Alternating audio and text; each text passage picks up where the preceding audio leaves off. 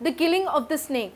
As the morning sets, both the bushwoman and the alligator get alert on seeing two beaded eyes coming out of the hole. Eventually, the alligator, that's the dog, pounces on the snake, catches hold of it and just pulls it up and kills the snake. Eventually, in the meanwhile, the bushwoman goes out to find out a stick, picks up the snake and puts it a set on fire. This is how the story ends. Now, let's have a look at the presentation and reread the summary again.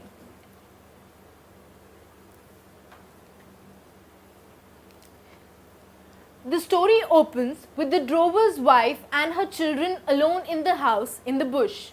One of the children discovers a snake and calls for the mother.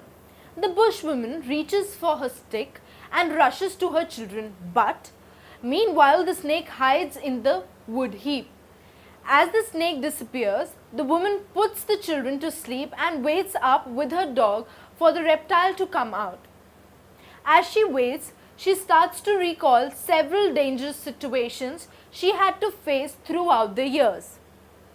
When her husband was away with the sheep, she had to fight bushfire, flood, or even pleromonic that spread among the cattle. But the morning she runs out of candle and gets up to get more wood to keep the fire burning, she seizes a stick, pulls it out and the whole pile collapses.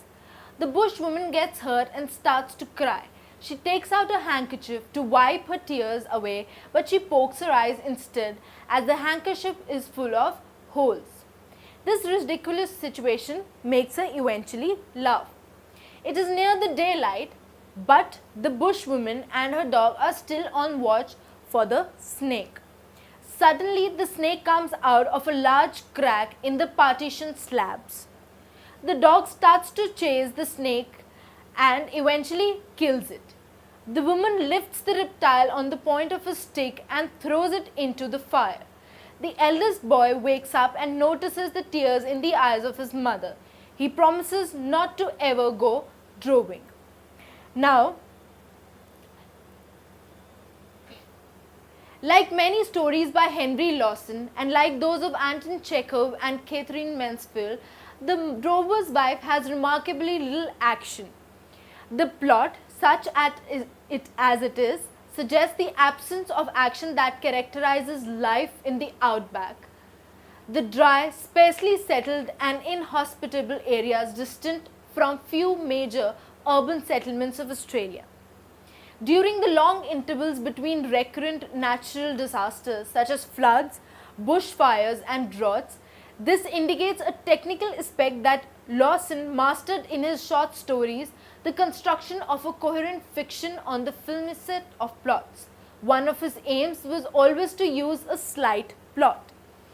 In its simplest forms, the plot is limited to the discovery of a 5-foot black snake in the wood heap, watching it go under the house and waiting through the night for its re-emergence so that it can be killed. The variety and violence, the night for its of the life in the outback are indicated by the omniscient narrator's allusions to memorable episodes that have punctuated the drover's wife's life, which is memorable, frequently marked by her solitude from adult companionship. She has not heard from her husband for 6 months as the story begins. Now, Henry Lawson, by this act, tries to explain the hardships that females have to face in their day-to-day life with their children, protecting them and with their family and supporting their husband. Now, we need to understand the strong character of this bushwoman who has not yet heard from her husband past 6 months when the story begins. She has been trying to protect her children and trying to indirectly cooperate with her husband all through her life. All that she does is faces a lot of hardships, instinctively protects her children with the help of a dog, and that is it.